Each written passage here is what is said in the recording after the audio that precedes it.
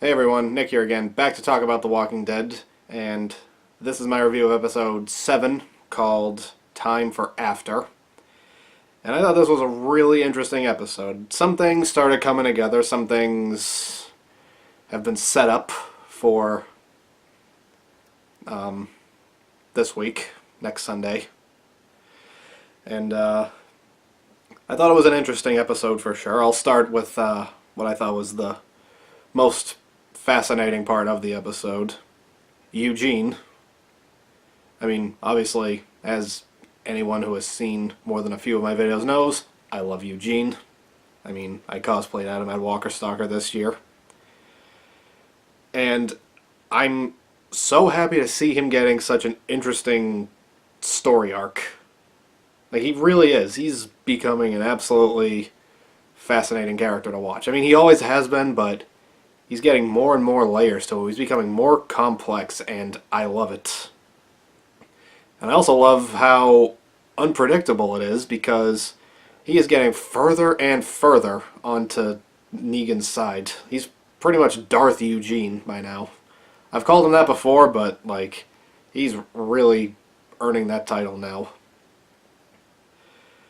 And I mean, Josh McDermott nailed it. This was, in my opinion, his best ever performance on the show. Because, I mean, I always love the dedication he gives to Eugene. The sheer amount of commitment to the role he has is awesome to see, but he keeps finding new layers to him, and I love it. Still, though, seeing him on Negan's side is, like, it's tearing me up, but I kind of like that it's tearing me up in a weird way. I still believe in him. I really, truly do. I think he's going to come back. I mean, he can't turn his back on Rick and the group forever. He may think that he can, he may think they were just traveling companions, but no. They're his friends and his family. Sooner or later, Abraham will come back to his memory, and he'll realize that Abraham once beat him half to death. And if he saw him now, he would beat him the other half. I think if nothing else, that will pull him back. Another savior worth talking about is Dwight. And some people were still a little unsure if he was on Rick's side for real, or if he's just playing some kind of game. But no, I think at this point it is undeniable that he is on Rick's side. I'd still hardly call him a good guy just because, you know, he has done some pretty horrible things over the course of this show, but I don't see him doing any more bad things. I think it's behind him now, and I think he's changed for the better. And he's slowly becoming more sympathetic. Of course, I gotta talk about Jadis and the Smellies. They are still extremely annoying. I hate the way they talk. Just everything about them is just so dumb. That being said, after giving it some thought, a couple days of thought, I think that they are on Rick's side now. I think he has forced them onto his side, but I think they're on his side. I don't see them turning on him again like they did before. I just don't see it. Because at that point it'd be kinda comical just seeing them ping-pong back and forth like that.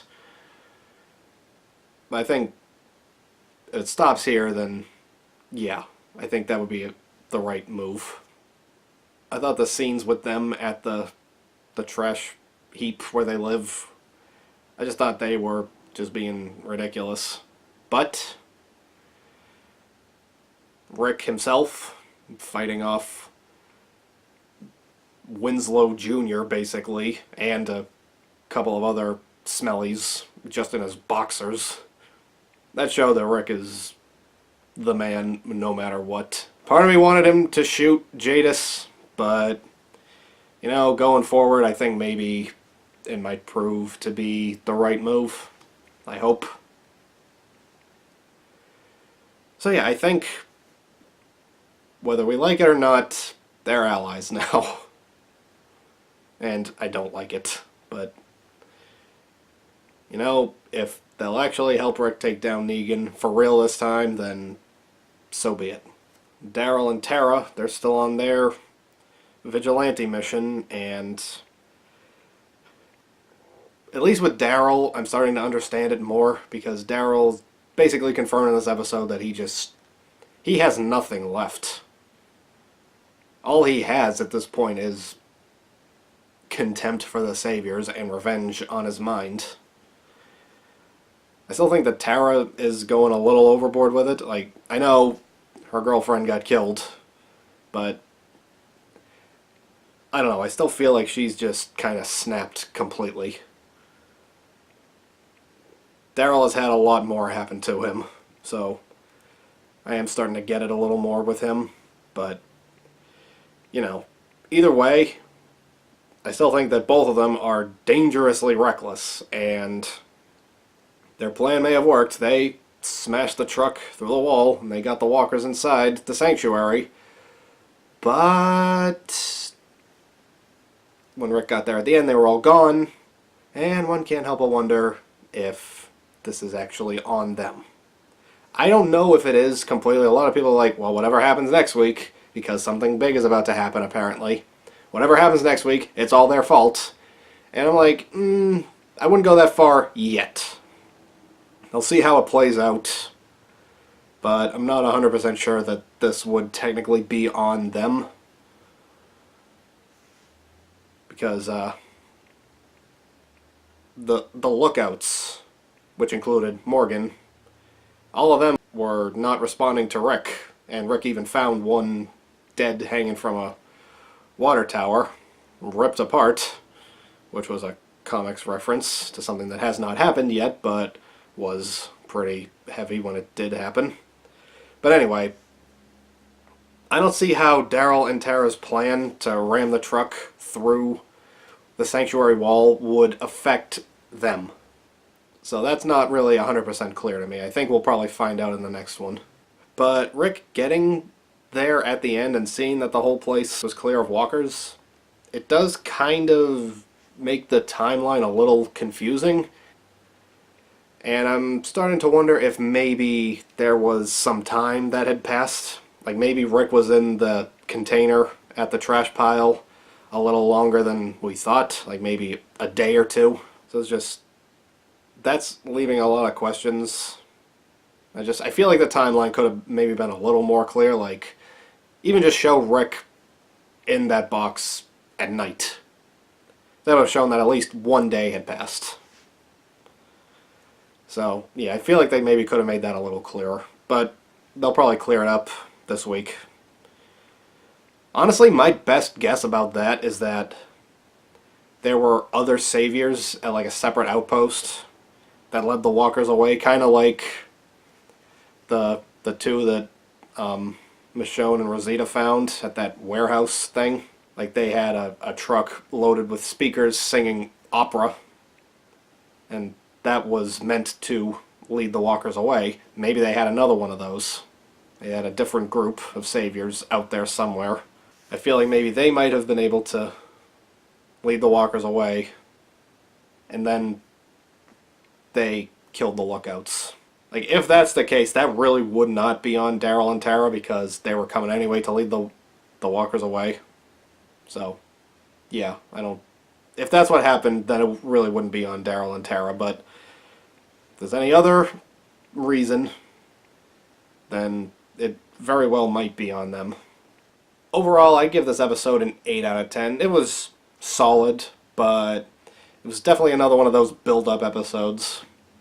Which, you know, I don't really have a problem with when it's just once in a while, but when it's, like, an entire season, like Season 7 was, more or less, it does start to get a little annoying. But this was really the first actual legit set-up episode of this season. Like, every other episode had its own stuff going on that it had to deal with.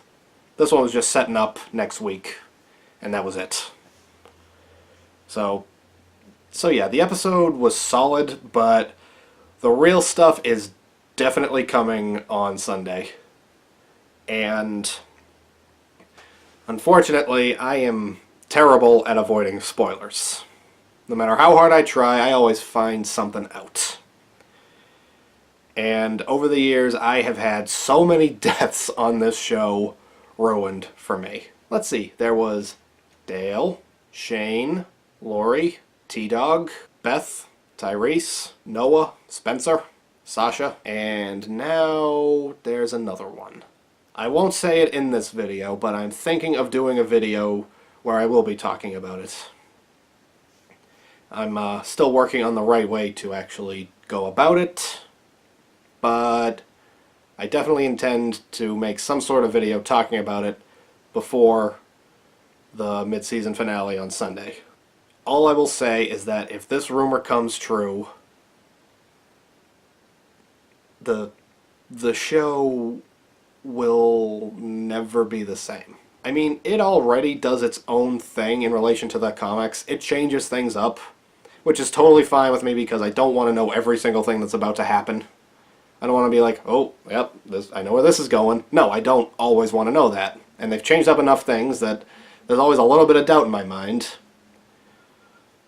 when it does look like they're going to do something. Like, well, maybe it won't happen.